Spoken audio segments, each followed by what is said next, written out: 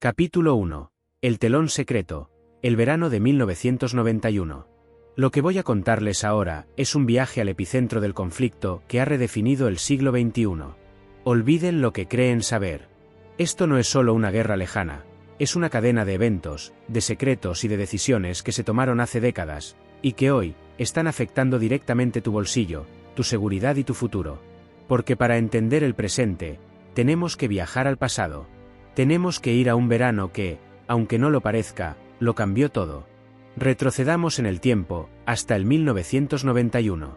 La Unión Soviética, el gigante rojo que había dominado la mitad del mundo durante casi 70 años, estaba colapsando. El comunismo había fracasado. El muro de Berlín ya había caído, y ahora, los países que lo formaban empezaban a reclamar su independencia. Era un momento de euforia, de esperanza. Se creía que la paz y la democracia iban a florecer por fin en Europa del Este. En medio de todo ese caos, un país vasto y diverso, con una historia milenaria y una identidad propia, declaró su independencia: Ucrania. Pero aquí viene el primer hecho que no quieren que sepas. La independencia de Ucrania no fue un simple divorcio pacífico. Es cierto que se votó en un referéndum abrumadoramente a favor, con más del 90% de los votos, pero el proceso de separación dejó una serie de bombas de relojería que explotarían décadas después. La más grande de todas fue el inmenso arsenal de armas nucleares que se quedó en territorio ucraniano. Tras la disolución de la URSS, Ucrania se convirtió en la tercera potencia nuclear del mundo. Sí, lo escucharon bien. Tenía más ojivas nucleares que el Reino Unido, Francia y China combinados. Imaginen el poder que eso le daba en la mesa de negociación. Un poder que, como veremos, tuvo que renunciar a cambio de una promesa que se rompería. Y no era solo una cuestión de armas. La desintegración de la Unión Soviética dejó una herencia de fronteras arbitrarias, trazadas por líderes soviéticos que no tenían en cuenta las identidades culturales o los lazos históricos. Lugares como Crimea, una península de mayoría étnica rusa, habían sido cedidos a Ucrania por Nikita Jrushchov en 1954 como un regalo simbólico. Nadie en ese momento pensó que esa decisión, hecha con un simple trazo de pluma, se convertiría en un pretexto para la guerra 70 años después. En el este de Ucrania, en las regiones del Donbass, una población mayoritariamente de habla rusa y con fuertes lazos con Moscú se encontró de la noche a la mañana viviendo en un país que se sentía cada vez más ajeno. Estos fueron los cimientos, las grietas ocultas bajo la superficie del entusiasmo de 1991. Mientras el mundo celebraba el fin de la Guerra Fría, nadie estaba prestando atención a las tensiones latentes. Nadie pensaba en el hecho de que un país vasto como Rusia, con una historia de imperio y una identidad profundamente ligada a la idea de gran nación eslava, no iba a aceptar fácilmente la pérdida de su hermano pequeño. La historia nos enseña que las transiciones de poder a gran escala nunca son limpias. Y esta no lo fue. Las semillas del conflicto que ahora domina los titulares se plantaron en aquel verano, en un momento en que el mundo estaba demasiado ocupado celebrando la victoria para prestar atención a las pequeñas letras del contrato de paz. Ahora que hemos sentado las bases, es momento de viajar a un pasado un poco más reciente, a los fantasmas que aún persiguen la relación entre Rusia y Ucrania. Porque para entender la furia de Rusia, no basta con mirar la historia moderna. Hay que bucear mucho más profundo, hasta los cimientos de la civilización eslava. Y ahí, encontraremos un hecho que explica por qué esta guerra es tan personal para ambas naciones. Capítulo 2. Los fantasmas de la historia, la sombra de la URSS. En el capítulo anterior, vimos cómo la disolución de la Unión Soviética plantó las primeras semillas del conflicto. Pero para entender realmente la profundidad de la división, no podemos detenernos en 1991.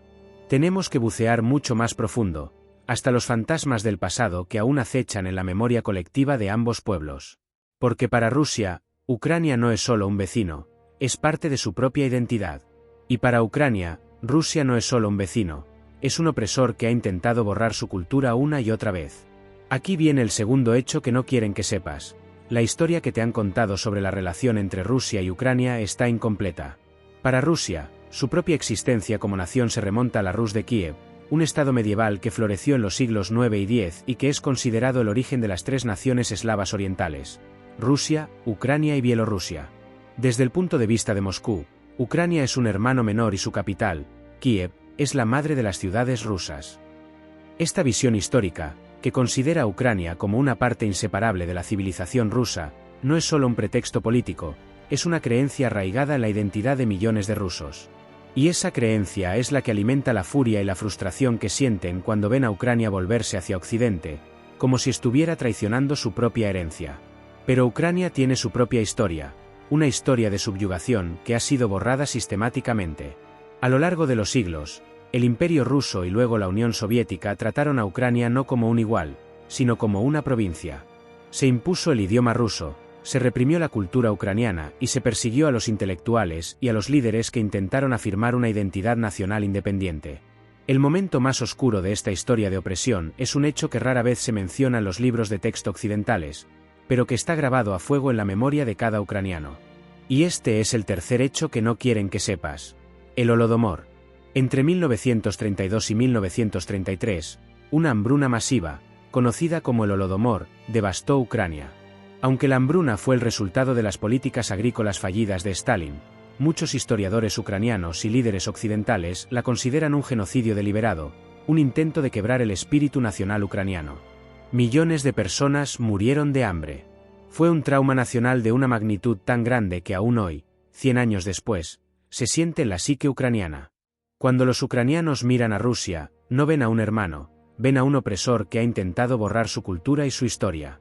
Ven el Holodomor, ven las purgas de Stalin, ven la represión del idioma. Ven una larga lista de intentos por parte de Rusia de negarles el derecho a existir como una nación independiente. Es por eso que el sentimiento antirruso en Ucrania no es una invención de Occidente, es el resultado de una historia de dolor y de trauma. Y este trauma no se quedó en el pasado. Se manifestó de nuevo, de una forma que la mayoría no vio, en un hecho que a menudo se olvida. Este es el cuarto hecho que no quieren que sepas. La Revolución Naranja de 2004. Mucho antes de la invasión de 2014, Ucrania ya era el campo de batalla de una lucha entre el este y el oeste. En las elecciones presidenciales de 2004, hubo un fraude electoral masivo en favor de un candidato prorruso. Millones de ucranianos salieron a las calles de Kiev, vestidos de naranja, para protestar por el fraude. Fue una revolución no violenta, que al final obligó a repetir las elecciones y a que ganara el candidato pro-occidental. El mensaje de los ucranianos fue claro: querían mirar a Europa, no a Rusia. Para Moscú, esto fue una humillación. Fue el primer gran indicio de que Ucrania, ese hermano pequeño, estaba eligiendo su propio camino.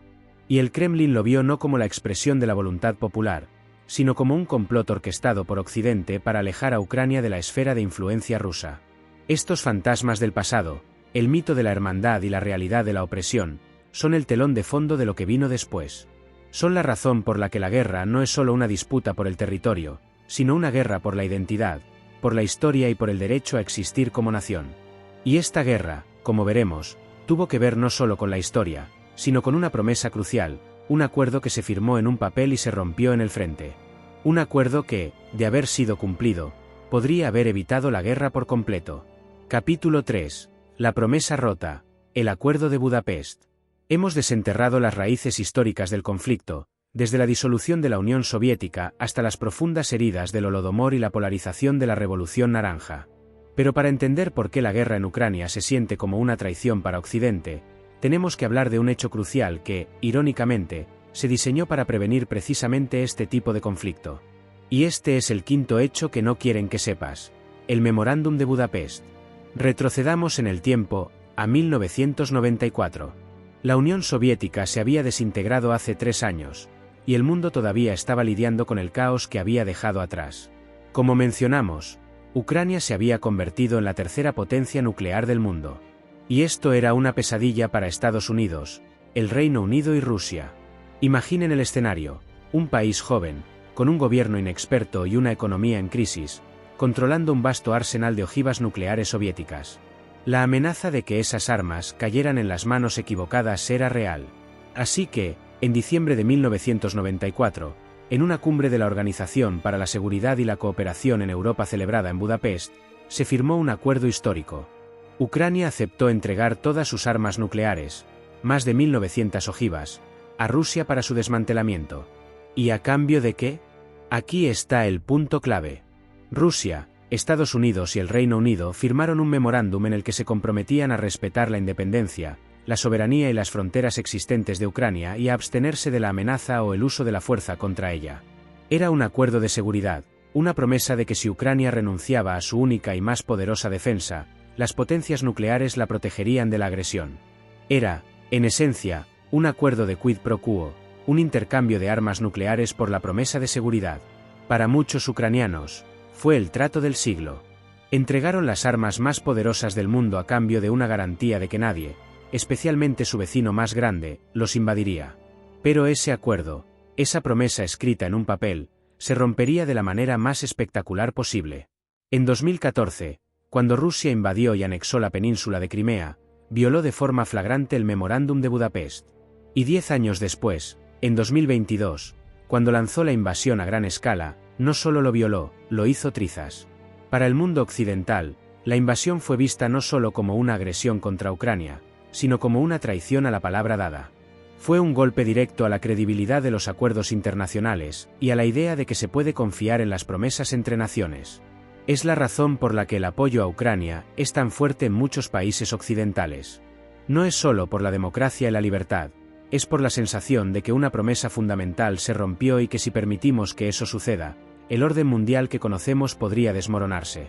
Pero, como toda historia, esta también tiene dos caras. Aquí viene el sexto hecho que no quieren que sepas. El Memorándum de Budapest no era un tratado legalmente vinculante. Aunque Estados Unidos y el Reino Unido se comprometieron a tomar medidas en caso de agresión, no se incluyó una cláusula de acción militar. Fue más una declaración política que una garantía de seguridad férrea. Y el Kremlin, por supuesto, ha utilizado esto como una excusa. Alegan que el acuerdo era una formalidad y que la situación política en Ucrania ha cambiado, tanto que el memorándum ya no es relevante. Argumentan que la promesa era con el gobierno ucraniano de 1994, no con el gobierno nacionalista y hostil que llegó al poder años después. Esta es la excusa que usan para justificar su agresión. Esta ambigüedad, esta promesa rota, es la que ha sentado las bases de la desconfianza actual. Y esa desconfianza se extiende mucho más allá de las fronteras de Ucrania. La invasión rusa ha enviado un mensaje claro a otros países que están pensando en renunciar a sus armas nucleares o que buscan garantías de seguridad de las potencias. El mensaje es: las promesas no valen nada. Tu única y verdadera seguridad es tu propia capacidad para defenderte. Es un hecho que está redefiniendo el orden mundial, ya que en un mundo donde la palabra ya no tiene valor, la única moneda que importa es la fuerza. La guerra en Ucrania no es solo un conflicto por el territorio, es una guerra por la credibilidad. Es un recordatorio de que los acuerdos escritos en tinta pueden ser deshechos con la sangre de la gente, y que cuando la seguridad de un país se basa en una promesa rota, las consecuencias pueden ser devastadoras. Pero esta cadena de eventos no se detiene en la diplomacia.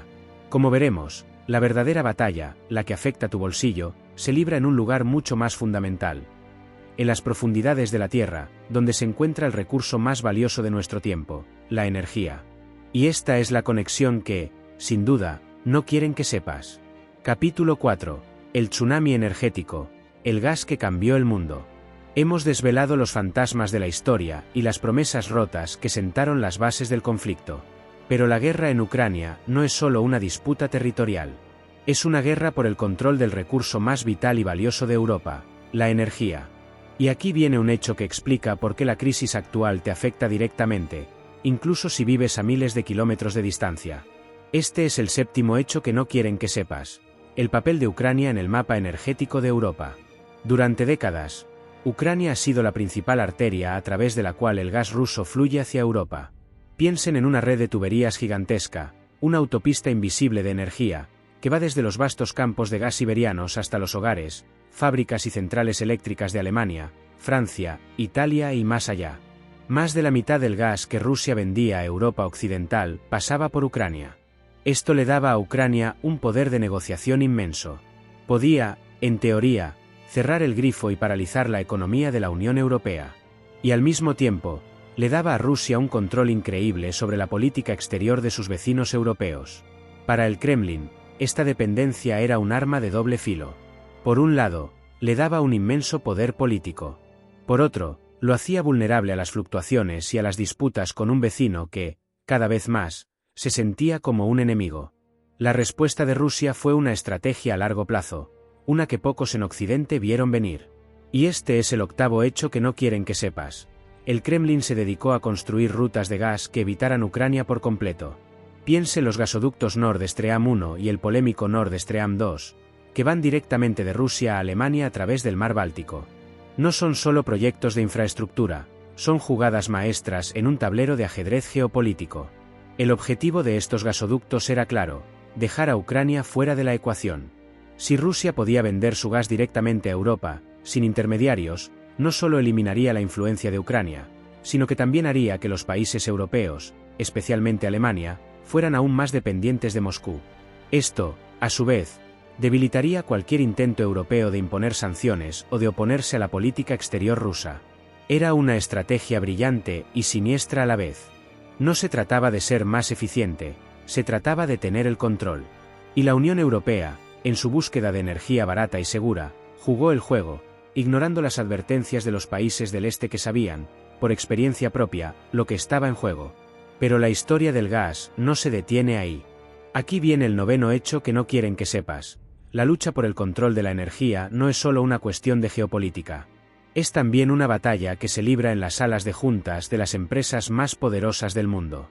Piensen en los gigantes energéticos rusos, como Gazprom y Rosneft. Estas empresas no son solo compañías, son extensiones del Estado ruso. Y sus ganancias, sus vastas ganancias, se utilizan para financiar el ejército, para sobornar a políticos en el extranjero y para difundir propaganda. En otras palabras, cada dólar o euro que se gastaba en gas ruso estaba, en esencia, financiando la guerra que se avecinaba. Y aquí es donde el conflicto se conecta directamente contigo. Las sanciones que Occidente ha impuesto a Rusia no son solo un acto de condena política. Son un intento desesperado de desconectar esa arteria de dinero que ha financiado la agresión. Es un intento de cortar el flujo de dinero que ha permitido a Rusia modernizar su ejército y amenazar a sus vecinos. Pero, como hemos visto, esa desconexión tiene un precio. Y ese es el décimo hecho que no quieren que sepas. El precio de la gasolina en tu coche, la factura de la luz en tu casa, los productos en tu supermercado, todo eso está subiendo, en parte, porque Europa está pagando el precio de su dependencia energética de Rusia. La inflación no es un fenómeno abstracto. Es el resultado de decisiones tomadas hace décadas, de una complacencia política que creyó que la economía podía separarse de la geopolítica. Hoy, el ciudadano de a pie en España, en Alemania o en cualquier otro lugar, está pagando el precio de una guerra que creía que estaba lejos. Es una lección brutal de que en el mundo moderno, un conflicto en una parte del mundo puede tener un efecto dominó que se siente en tu bolsillo, en tu nevera y en tu estilo de vida. La batalla por Ucrania no es solo una batalla por la tierra, es una batalla por la energía. Es una lucha por el control de los flujos que alimentan nuestras sociedades. Y en esa batalla, el Kremlin usó el gas como un arma, una herramienta de coerción que le dio un poder que, si no se hubiera desafiado, habría dejado a Europa a su merced. Pero esta historia de poder y dinero no se detiene en los gobiernos y las grandes empresas.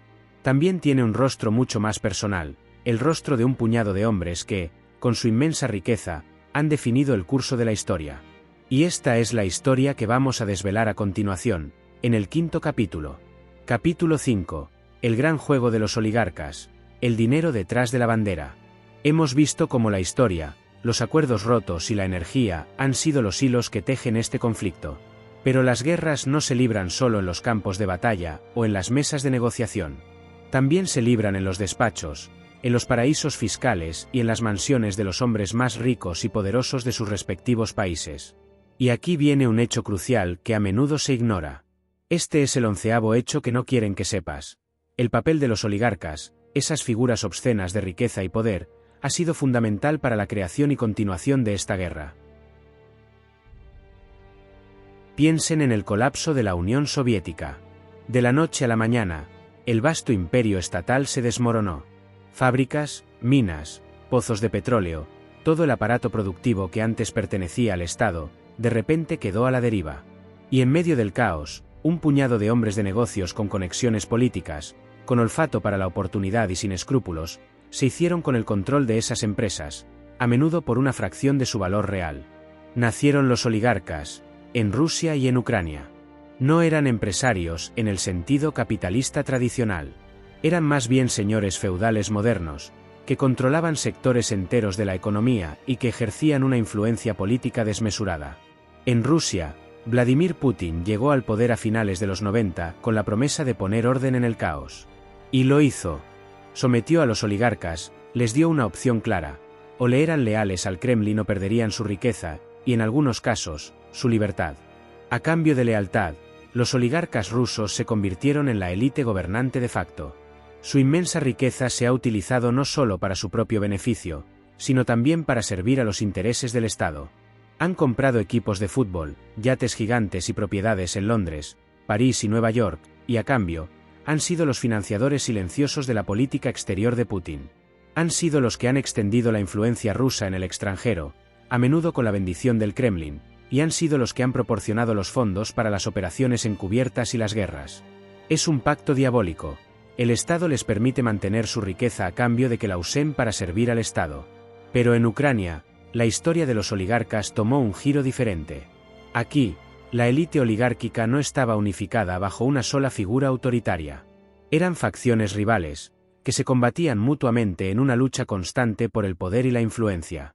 Controlaban los medios de comunicación, los partidos políticos y sectores enteros de la economía. El poder no estaba en manos del gobierno, sino en las manos de los que controlaban los flujos de dinero. Y esta es la 12ª cosa que no quieren que sepas. Durante años, la política ucraniana ha sido un campo de batalla entre estos oligarcas. Y esa lucha ha debilitado al país, ha obstaculizado su desarrollo democrático y ha hecho que sea vulnerable a la injerencia de potencias extranjeras. La corrupción endémica no es un error en el sistema ucraniano, es una característica.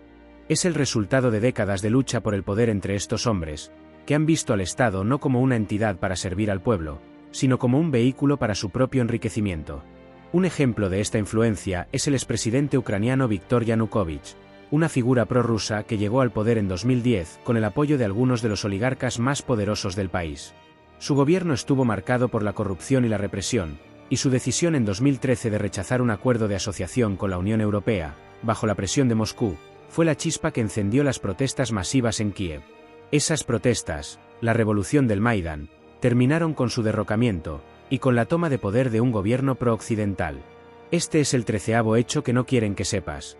Lo que se ha presentado como una lucha por la libertad y la democracia, en muchos aspectos, también ha sido una batalla entre facciones oligárquicas prorrusas y pro-occidentales. La guerra en Ucrania no es solo una guerra por la tierra o la identidad. Es una guerra por el control del dinero y del poder.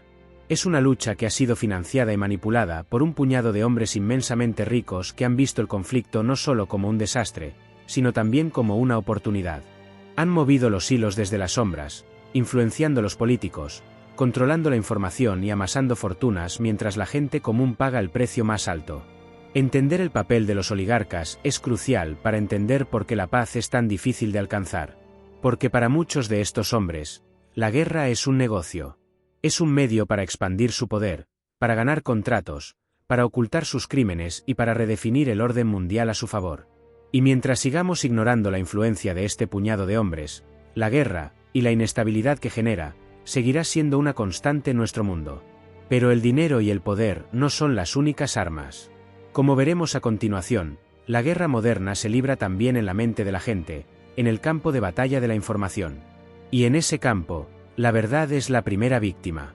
Capítulo 6. El cerebro en las sombras. La lucha por el poder y la información. Hemos desvelado los hilos del dinero y el poder detrás de la guerra, pero los tanques y los misiles no son las únicas armas. En el siglo XXI, la guerra se libra en la mente de la gente, en el campo de batalla de la información. Y aquí viene un hecho que explica por qué es tan difícil llegar a una verdad unificada sobre lo que está pasando. Este es el 14º hecho que no quieren que sepas.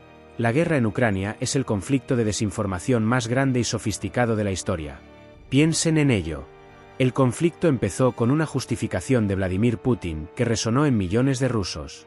Habló de la necesidad de desnazificar Ucrania y de proteger a la población de habla rusa de un gobierno hostil.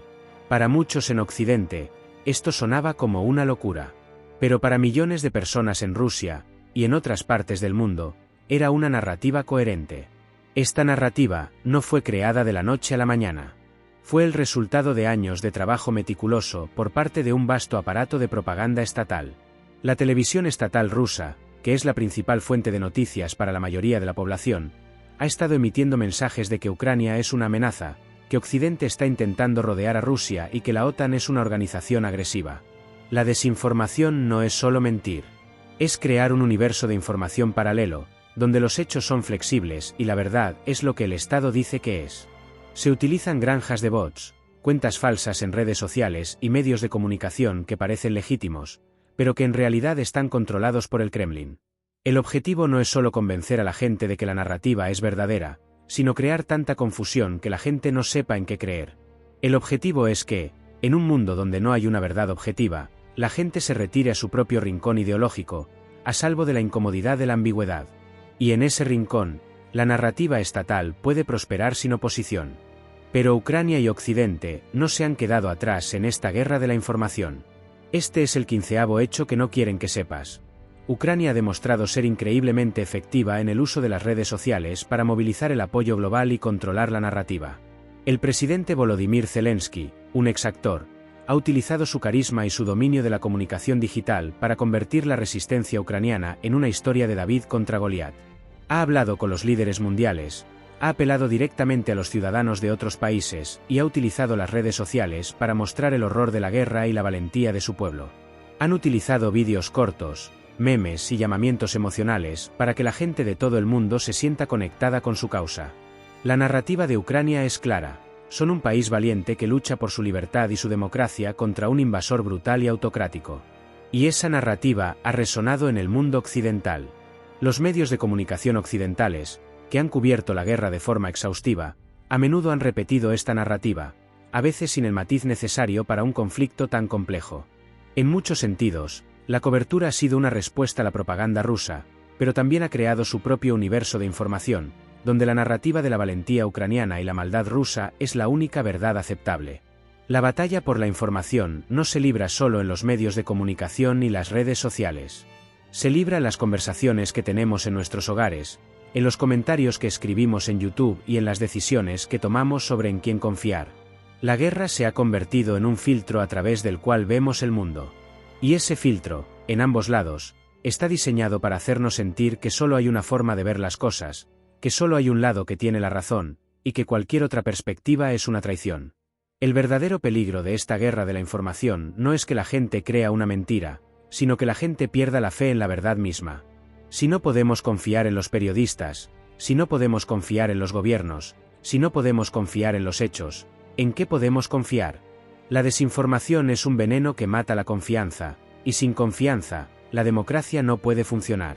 Y este, en esencia, es el objetivo de los que libran esta guerra desde las sombras. Quieren dividirnos, quieren que nos odiemos, quieren que estemos tan confundidos que no sepamos quiénes somos o qué defendemos. Así que, la próxima vez que veas un titular, o que escuches una historia sobre la guerra en Ucrania, detente. Pregúntate quién está contando la historia, por qué la está contando y a quién beneficia. Porque entender los orígenes del conflicto, las promesas rotas, la energía, los oligarcas, y la guerra de la información es el único camino para ver más allá de las narrativas polarizadas y para empezar a ver la compleja y dolorosa realidad. Y esta realidad, como veremos a continuación, tiene implicaciones para todos, incluso si nunca has puesto un pie en Ucrania. La guerra no está lejos, está en la inflación, en las noticias que lees, en la forma en que ves el mundo. Y ahora es momento de desvelar el impacto directo que ha tenido en tu vida. Capítulo 7. La guerra híbrida, más allá de los tanques y las bombas. Hemos explorado los fantasmas de la historia, el papel de la energía y la guerra por la información. Pero para comprender la naturaleza de este conflicto, tenemos que entender que lo que vemos en las noticias, los misiles y los tanques, es solo la punta del iceberg. La guerra en Ucrania es un ejemplo perfecto de un nuevo tipo de conflicto, uno que se libra en múltiples frentes a la vez. Este es el 16º hecho que no quieren que sepas. El conflicto es un ejemplo de guerra híbrida en su máxima expresión. Piensen en ello.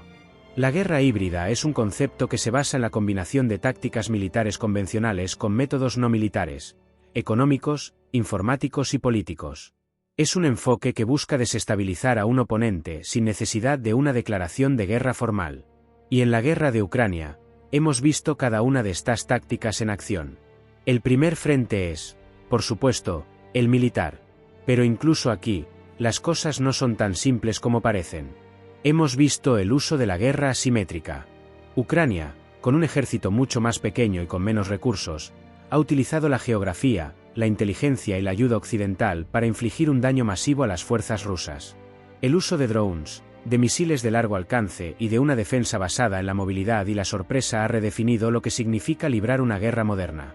Pero el segundo frente, y quizás el más importante para la gente común, es el económico. Rusia ha utilizado su control sobre el gas y el petróleo como un arma para coaccionar a Europa. Ha amenazado con cortar el suministro, lo que ha provocado un aumento de los precios de la energía y ha generado una crisis de inflación que se siente en tu bolsillo cada vez que vas al supermercado o pagas tu factura de la luz. Es una forma de guerra que no mata a nadie con una bala, pero que puede causar un daño económico devastador. Y la respuesta de Occidente, las sanciones, también son un arma de guerra económica. No buscan solo castigar a Rusia, sino paralizar su economía, para que no pueda financiar la guerra. Es una batalla de resistencia. ¿Quién puede resistir más tiempo la presión económica? ¿El Kremlin o los ciudadanos de a pie de Europa y América del Norte? El tercer frente es el de la información, del que ya hemos hablado. Pero es más que simple propaganda. Se trata de guerra psicológica a gran escala. Rusia ha utilizado las redes sociales para difundir la desinformación y sembrar la división en los países occidentales, financiando a grupos extremistas y a partidos políticos que son hostiles a la OTAN y a la Unión Europea. El objetivo es que las sociedades occidentales se vuelvan tan divididas y polarizadas que no puedan unirse para oponerse a la agresión rusa. La guerra, en este sentido, no se libra en Ucrania, se libra en la mente de la gente en el Reino Unido, en Francia, en España y en Estados Unidos. Es una táctica que busca erosionar la confianza en las instituciones democráticas y en los medios de comunicación, para que la gente se sienta tan desorientada que no sepa a quién creer. Y el cuarto frente es el cibernético. Antes de la invasión, los hackers rusos lanzaron una serie de ataques masivos contra la infraestructura crítica de Ucrania, contra sus redes eléctricas, sus bancos y sus sistemas de comunicación. El objetivo era causar el caos y paralizar al país antes de que los tanques entraran. Esta es una guerra que se libra en la oscuridad, en el código, en los servidores. Es una guerra que puede apagar la luz de una ciudad, paralizar un sistema de transporte o robar datos confidenciales sin que nadie sepa quién lo hizo o por qué. La guerra en Ucrania es un recordatorio brutal de que la guerra moderna no se limita a un solo campo de batalla. Es una batalla multidimensional que se libra en la economía, en la política, en la tecnología y en la mente de la gente. Y es una guerra en la que todos estamos, en cierta medida, participando, ya sea al pagar precios más altos por la energía, al consumir la desinformación en las redes sociales o al decidir en quién confiar. La línea entre el conflicto y la vida cotidiana se ha vuelto borrosa. Y es crucial entender esto para ver que los efectos de esta guerra no son solo titulares lejanos, sino que están afectando directamente a tu vida. Y esta es la conexión que vamos a explorar a continuación. Capítulo 8. El efecto dominó. El precio oculto en tu supermercado. Hemos visto cómo la guerra en Ucrania es un conflicto híbrido que se libra en los despachos, en los servidores y en las mentes de la gente. Pero el frente de batalla más personal y palpable es uno que encuentras en tu vida cotidiana, en el supermercado, en la gasolinera y en las facturas que llegan a tu casa. Y aquí viene un hecho que explica por qué la guerra no está lejos, sino que ha entrado de lleno en tu economía. Este es el 17º hecho que no quieren que sepas. El conflicto ha detonado un efecto dominó económico global que ha afectado directamente tu bolsillo. Piensen en Ucrania. Es uno de los graneros del mundo. No es solo un país con una rica historia, es uno de los principales productores y exportadores de cereales, como trigo y maíz, y de aceites vegetales, como el aceite de girasol. Sus vastas llanuras fértiles son capaces de alimentar a cientos de millones de personas. Y Rusia, por su parte, es un gigante de la energía. Es el segundo mayor productor de gas natural y uno de los principales exportadores de petróleo. Es también un gran productor de fertilizantes, esenciales para la agricultura moderna. Cuando la guerra estalló, la cadena de suministro global de alimentos y energía se rompió. Los barcos no podían salir de los puertos ucranianos, llenos de trigo y maíz, lo que provocó una escasez inmediata en los mercados mundiales. La guerra interrumpió la siembra y la cosecha, lo que garantizó que la escasez continuaría. El resultado fue un aumento masivo en los precios de los cereales. Países enteros, especialmente en África y Oriente Medio, que dependen de las importaciones de Ucrania, se enfrentaron a una crisis alimentaria sin precedentes. Y tú, incluso si vives en un país que no importa directamente de Ucrania, sentiste el golpe. ¿Por qué? Porque el precio de los alimentos es global. Un aumento en el precio del trigo en el mercado mundial afecta el precio de la harina, del pan, de la pasta y de casi cualquier producto procesado. La inflación en tu supermercado es, en parte, el resultado de una guerra lejana que interrumpió una cadena de suministro que creía segura. Y el efecto dominó no se detuvo ahí. Las sanciones que Occidente impuso a Rusia, aunque necesarias, tuvieron un impacto brutal en los precios de la energía. Al reducir la dependencia del gas y el petróleo rusos, los precios de estos recursos se dispararon. Y como la energía es la base de casi todo, desde la fabricación de productos hasta el transporte, el aumento del precio de la energía se tradujo en un aumento de precios en toda la economía. El precio de la gasolina, de la electricidad, de los productos en las tiendas, todo subió. El coste de la vida se disparó. La guerra en Ucrania, una guerra que parecía tan lejos, de repente se sintió en tu cartera, en tu tarjeta de crédito, en las decisiones que tienes que tomar cada día sobre en qué gastas tu dinero. Pero aquí viene un hecho que complica aún más las cosas. Este es el 18º hecho que no quieren que sepas. La inflación no es solo el resultado de la guerra. Es el resultado de una serie de factores, y la guerra solo ha exacerbado una tendencia que ya estaba ahí. La pandemia, con sus interrupciones en la cadena de suministro, ya había creado tensiones en la economía global. La inflación ya estaba subiendo. La guerra fue un golpe de gracia, un catalizador que llevó a una situación que ya era frágil a un punto de quiebre. Y esto ha llevado a una batalla en la que tú, como consumidor, eres el peón. Las empresas se aprovechan de la guerra como excusa para subir los precios, para justificar los aumentos de sus productos. Los políticos se culpan mutuamente, unos culpando a la guerra, otros culpando a las políticas del gobierno. Y en el medio, tú, el ciudadano de a pie, estás atrapado en una tormenta económica que no entiendes y que no puedes controlar.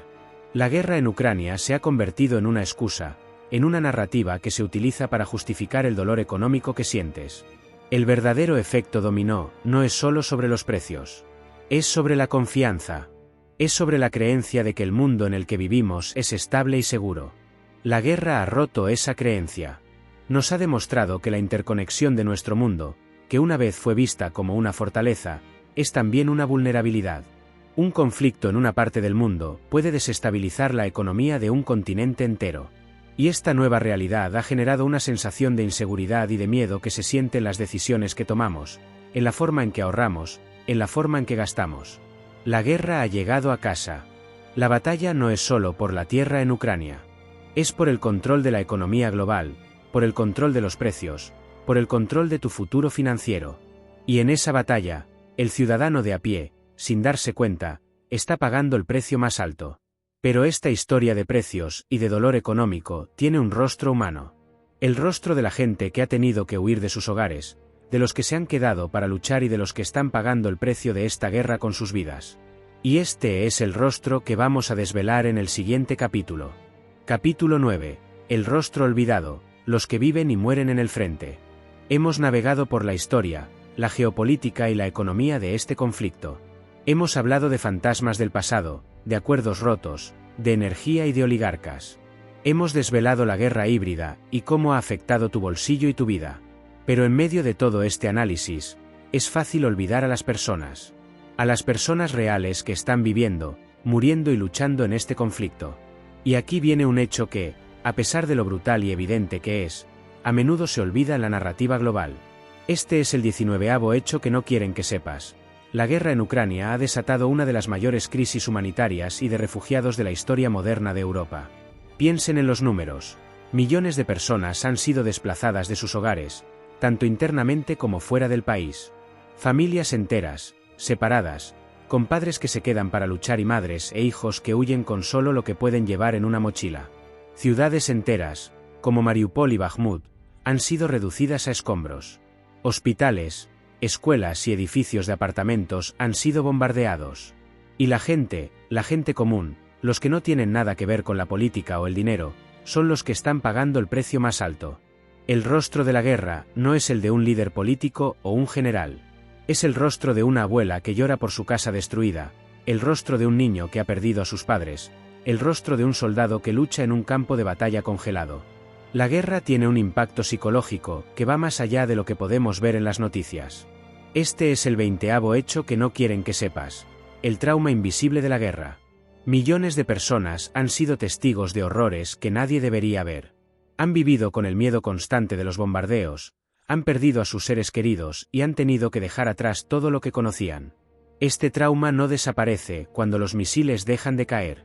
Permanece, se queda con la gente, afectando su salud mental, su capacidad para trabajar y su capacidad para volver a una vida normal. Es una herida que no cicatriza, y que la sociedad ucraniana tendrá que curar durante décadas. Y luego está el rostro de la resistencia.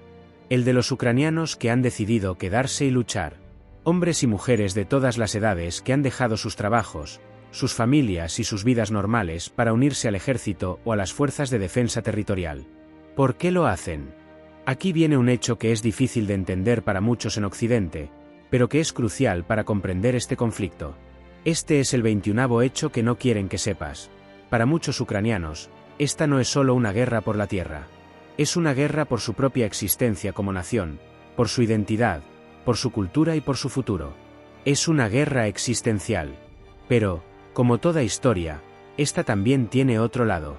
El rostro de los soldados rusos, muchos de ellos jóvenes, que han sido enviados a un conflicto que no entienden, con información sesgada y con el miedo de que no tienen una forma de salir. La narrativa que se les ha vendido es que están defendiendo a su patria, pero muchos han descubierto la cruda realidad del conflicto. El rostro de las familias rusas que han perdido a sus hijos en una guerra que no reconocen. El rostro de los disidentes rusos, que han tenido que huir de su país por el simple hecho de hablar en contra de la guerra, enfrentándose la posibilidad de la cárcel o la muerte. La guerra es un monstruo que devora vidas y sueños, sin importar de qué lado de la frontera te encuentres. Y en medio de esta inmensa tragedia humana, hay una lección para nosotros, para los que estamos mirando desde lejos. Este es el 22º hecho que no quieren que sepas. En un mundo tan interconectado, las tragedias humanas no tienen fronteras. Lo que le sucede a un ucraniano, a un ruso, a un europeo, nos afecta a todos. La crisis de refugiados en Europa no es un problema solo para Europa, es un problema global. La inflación no es un problema solo para los países occidentales, es un problema global. Y el sufrimiento humano, el miedo, el dolor, el trauma, son universales. La guerra en Ucrania no es una película de acción con héroes y villanos. Es una tragedia humana, con víctimas en todos los lados. Es un recordatorio de que los conflictos, no importa cuán lejanos parezcan, siempre tienen un rostro humano, y que ese rostro, y ese sufrimiento, son el verdadero costo de la guerra. Y ahora, con esa nueva perspectiva, es momento de que nos hagamos una pregunta más grande, una que va más allá de los hechos y que nos invita a mirar al futuro. Una pregunta que busca un nuevo camino. Porque después de ver la historia de este conflicto, y la dolorosa realidad de las vidas que ha cobrado, tenemos que preguntarnos, ¿es posible un futuro sin guerra? Un futuro en el que los fantasmas de la historia no dicten nuestro destino, en el que las promesas no se rompan, en el que la energía no sea un arma y en el que la dignidad humana sea el único precio que paguemos por el progreso. La respuesta a esa pregunta no está en los libros, sino en nuestras propias manos. Capítulo 10. El futuro imposible, un nuevo orden mundial. Hemos llegado al final de nuestro viaje. Hemos navegado por las aguas turbulentas de la historia, la política, la economía y las tragedias humanas. Hemos desvelado hechos que no siempre se cuentan en los titulares, y hemos conectado este conflicto lejano con tu vida. Pero, ¿qué significa todo esto? ¿Qué podemos aprender de una guerra que, en muchos sentidos, se ha convertido en el símbolo de un mundo en transición? La respuesta a esa pregunta no es sencilla, pero es crucial. Y este es el 23º y último hecho que no quieren que sepas. La guerra en Ucrania no es el final de una historia, es el comienzo de otra. Es el parto doloroso de un nuevo orden mundial. Durante casi 3 décadas, el mundo ha vivido en un estado de relativa estabilidad. El final de la Guerra Fría dejó a Estados Unidos como la única superpotencia, y la globalización parecía imparable. Pero esa era ha terminado. La guerra en Ucrania ha expuesto las fracturas, las debilidades y las tensiones que se han estado acumulando bajo la superficie durante años. Ha demostrado que el poder no es estático, que las alianzas no son permanentes y que la paz no es un derecho, sino un privilegio que se gana y se defiende todos los días. Y ahora, el mundo se enfrenta a una serie de preguntas incómodas. ¿Qué pasa con la OTAN? La alianza militar que se creó para contener a la Unión Soviética se ha vuelto más fuerte y relevante que nunca, o ha demostrado que no puede defender a todos sus miembros de la agresión. ¿Qué pasa con las Naciones Unidas? La organización que se creó para prevenir la guerra ha demostrado ser ineficaz frente a un conflicto tan brutal, o ha demostrado que es un foro vital para la diplomacia y la ayuda humanitaria. ¿Qué pasa con la globalización? El modelo de economía interconectada, que se creía que traería prosperidad para todos, se ha vuelto una vulnerabilidad que nos hace más frágiles frente a los conflictos lejanos, o ha demostrado ser un motor de progreso que debemos proteger. La guerra en Ucrania nos ha obligado a reevaluar todo lo que dábamos por sentado. Nos ha obligado a pensar en la seguridad de una forma que no habíamos hecho en décadas. Nos ha obligado a ver que los conflictos, no importa cuán lejos estén, siempre tienen un precio. Y ese precio no se paga solo con dinero, se paga con vidas, con sueños, con la pérdida de la inocencia y con la erosión de la confianza. Pero, a pesar de todo el dolor y la destrucción, la guerra también ha revelado algo más. Ha revelado la resistencia del espíritu humano. Ha revelado la capacidad de la gente para unirse frente a la adversidad. Ha revelado la solidaridad de los países que han abierto sus fronteras a los refugiados. Y ha revelado la valentía de los que han decidido quedarse y luchar. En medio de toda la oscuridad, ha habido destellos de esperanza, de humanidad, de compasión. La guerra no tiene un final claro. No sabemos cuánto durará, ni cómo terminará. Pero lo que sí sabemos es que el mundo que salga de ella será diferente al mundo que entró. La batalla entre Rusia y Ucrania no es solo una guerra por la tierra. Es una guerra por el futuro. Es una guerra por el tipo de mundo en el que queremos vivir. Un mundo en el que los fuertes pueden hacer lo que quieran y los débiles deben sufrir lo que deban. ¿O un mundo en el que las reglas, las leyes y la justicia importan? La respuesta a esa pregunta no está en manos de los presidentes o de los generales. Está en nuestras propias manos. En las decisiones que tomamos como ciudadanos, en la forma en que consumimos las noticias, en las conversaciones que tenemos con nuestras familias y amigos, en la forma en que votamos. Porque al final del día, la guerra no es solo un fenómeno político. Es un fenómeno humano. Y el futuro que crearemos, será el resultado de las decisiones que tomemos.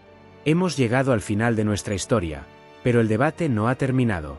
Ahora te toca a ti. Después de haber escuchado estos 15 hechos, y de haber visto cómo la guerra en Ucrania se conecta con tu vida, te pregunto, ¿qué crees que es lo más importante que el mundo no entiende sobre este conflicto? Y si pudieras cambiar una cosa, una sola cosa, para evitar que el sufrimiento de uno se convierta en la indiferencia de otros, ¿cuál sería?